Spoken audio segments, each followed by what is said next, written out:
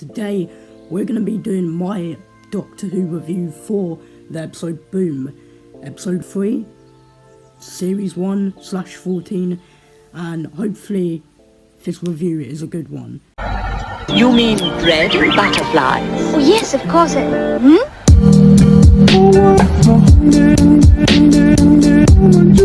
Welcome to this video, guys. Last night I watched the episode BOOM of Doctor Who, and today we're going to be doing my Doctor Who review for the episode BOOM, episode 1, episode 3, series 1/14, and hopefully this review is a good one. So basically, it started off as the Doctor basically run into someone screaming, and he stepped on a landmine, and before that we actually got this really cool scene where this guy had what seemed like bird box type of eyes, and it was really cool, I must admit. And I don't know, it was really cool. And then we also got introduced to Ambulance, which is this, I don't know, this machine with Susan Twist or whatever her name is on the actual camera thing or whatever on it, which is pretty cool. Because before this episode happened, I did know that she would be playing a character called Ambulance. I just didn't know how. I didn't really know what that was about. So yeah, it's really cool that we got that. We also got the flashing lights, and a lot of people, well, I think one person thought it would be the TARDIS, which is interesting, but no, it's not the TARDIS. So basically the Doctor stands on a landmine and he's basically trapped. He can't do anything, and Ruby basically directs this episode in as she runs it, and she basically has to try to do what she can so that the Doctor doesn't, he doesn't die. And yeah, and then a kid comes and basically messes it up.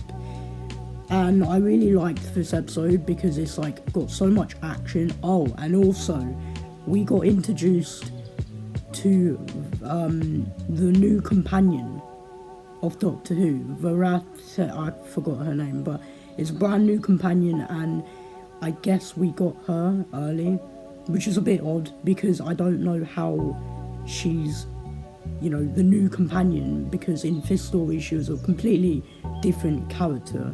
So yeah, I guess we're introduced to her early, and basically she pretty much was this soldier or something, and she obviously found out that the Doctor was on a landmine, and so definitely interesting. We also got the father of that kid. I forgot his name, unfortunately, but basically he turned out to be this case with organs or whatever, which I did see the organs, and it was very sort of graphic and disturbing, but I love horror, so it didn't really bother me. It's definitely an interesting concept, having people turn into these cases of organs or whatever. There's also an AI hologram version of the father, and that's really interesting too. And then we also got, the thing is, we got told about the Kazavian, which I don't know about you, but I'm pretty sure that's a creature we've heard already. So I don't know, it's really interesting that, and I'm pretty sure it was the Spyfall creatures. I'm certain that that's what they were called, but I could be wrong. So guys, I forgot to mention that so the soldiers that we have in this episode are actually soldiers we've seen before. So we've basically got the soldiers that we saw in Time of the Angels and Flesh and Stone, which is really cool.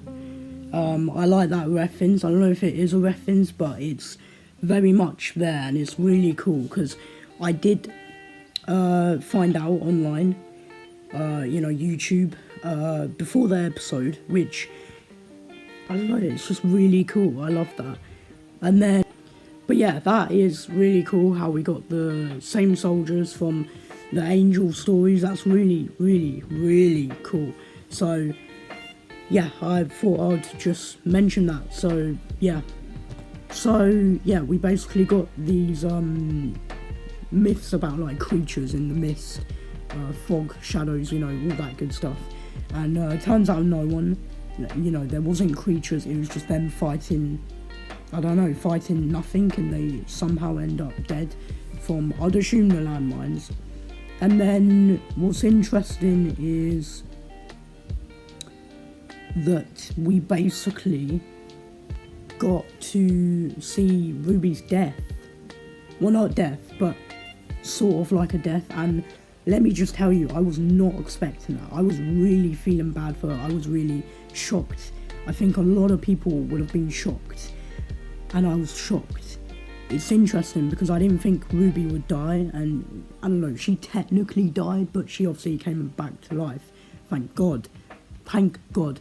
And to be fair, when I saw her die, and I knew that that was the new companion, that was the soldier, obviously, I had a feeling that Ruby was going to be replaced because of her being the new companion. I thought that since Ruby has died, you know, maybe she'll be replaced, and that the whole series won't. But that's the thing, she's in 73 yards, so I was a bit confused.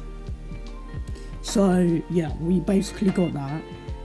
I don't know how long or short this review is going to be. Also, I'm in a different room because I can't record upstairs because of maintenance sort of stuff. So yeah. And then also, so the Doctor had this scene where he basically had this scene where his skin kind of turned like energy type of blast type of stuff, and his face looked really different. And I did see this in some thumbnails before the actual episode happened, and when I saw it I was like, oh my god, that looks really cool. And I was like really interested to see, you know, what that is, because I had a feeling that that was him basically getting blown up, and then we were going to go to Guardians of the Edge, and that's where we'd get this shot. So I guess I was wrong, because we did get it, but we got it at the end where they were staring at the planet. We also got Ruby checking out the planet, which is pretty cool. And it's nice because Ruby actually gets her first alien planet. I mean, obviously we did have Space Babies, which was a spaceship, so I mean, technically it's off-world, but I mean, for her it's much awesome looking than the Space Babies spaceship, I'm pretty sure, because it's like, that really looked good. Also, when we saw the trailers originally, I did think it looked a bit like Gallifrey, or like some sort of Gallifrey looking planet, you know? So, I don't know, 10, definitely a 10. This boomtastic episode, no pun intended. But yeah, it's a really good episode. I think you should watch it. A lot of people are saying the best. Actually, no, I'm not going to do 10, I'm going to do 5, because it's good, but it's not the best, in my opinion. In my opinion, it's little bit weak, but I don't know. It's, because last night I did say it was probably the weakest episode I've seen of the series, and now I'm thinking that it's weak, but not in a bad way, but it's weak in the sense that it's good, but it's not the best. So yeah, I'll do like I mean, I guess I could do like 4 or 5, maybe even 3, but yeah, it's just not that glorious than most episodes we've seen so far. So yeah, but yeah, I definitely think that this episode is really interesting, a really nice concept. We had Steven Moffat on Doctor Who Unleashed, basically saying that he pitched the idea to Russell, and Russell was like, yes, just yes. He literally just sent me an email saying, what if the Doctor stands on a landmine and can't move? Yes.